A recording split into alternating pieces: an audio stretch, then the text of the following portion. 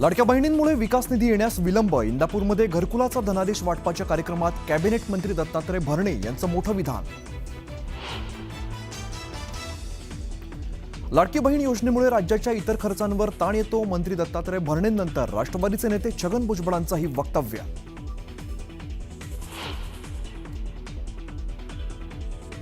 राज्यात नवे 328 मद्य विक्री परवाने दिले जाणार. नवे परवाने दुकानदारांना नाहीतर कंपन्यांना मिळणार.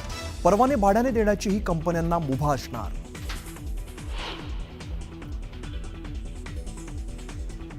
जयंत पाटील नेहमी माझ्या संपर्कात असतात. त्यांच्या पक्षात ते आनंदी नाहीत. कालांतराने बघू काय होतं. गिरीश महाजन यांचं सूचक विधान.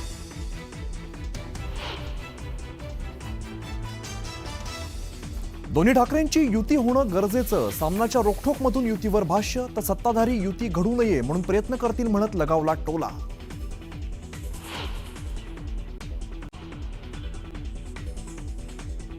संभाजी ब्रिगेडचे प्रदेशाध्यक्ष प्रवीण गायकवाड यांच्यावरती शाईफेक.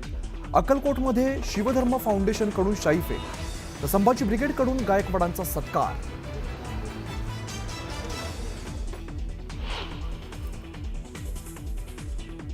आणि उज्ज्वल निकम यांची राज्यसभेवरती निवड. राष्ट्रपती कोट्यातून निकमांना राज्यसभेवर संधी.